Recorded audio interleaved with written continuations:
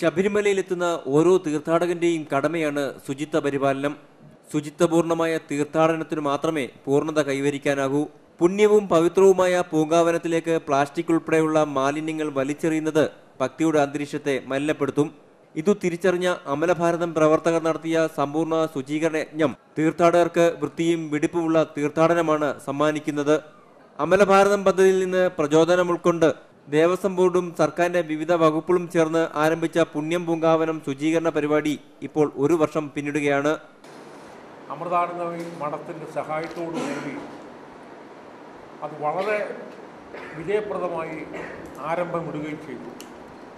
ഏതാണ്ട് 3500ഓളം അവരുടെ വോളണ്ടിയർമാർ വെറും കൂലിക്കാരല്ല, അവിടുത്തെ ഉയർന്ന ഉദ്യോഗസ്ഥന്മാർ, സ്വാമിമാർ ഉൾപ്പെടെയുള്ളവർ ഇവിടെ വരികയും ആ ക്ലീനിങ്ങിൻ്റെ ചുമതല ഏറ്റെടുത്തുകൊണ്ട് പ്രവർത്തിക്കുകയും ചെയ്തു.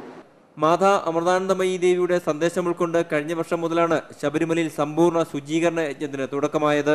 വർഷങ്ങളായി പമ്പയിലും സന്നിധാനത്തും തീർത്ഥാടന പാതകളിലും അടിഞ്ഞുകൂടിക്കിടന്ന ടൺ കണക്കിന് മാലിന്യങ്ങൾ നീക്കം ചെയ്യുക എന്ന ലക്ഷ്യം അമലഭാരതം പ്രവർത്തകർ ഏറ്റെടുക്കുകയായിരുന്നു.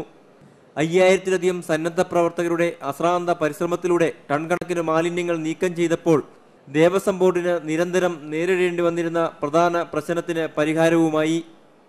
സന്നിധാനത്തു നിന്നും ക്യാമറമാൻ ഉണ്ണികൃഷ്ണനൊപ്പം പങ്കജാക്ഷൻ.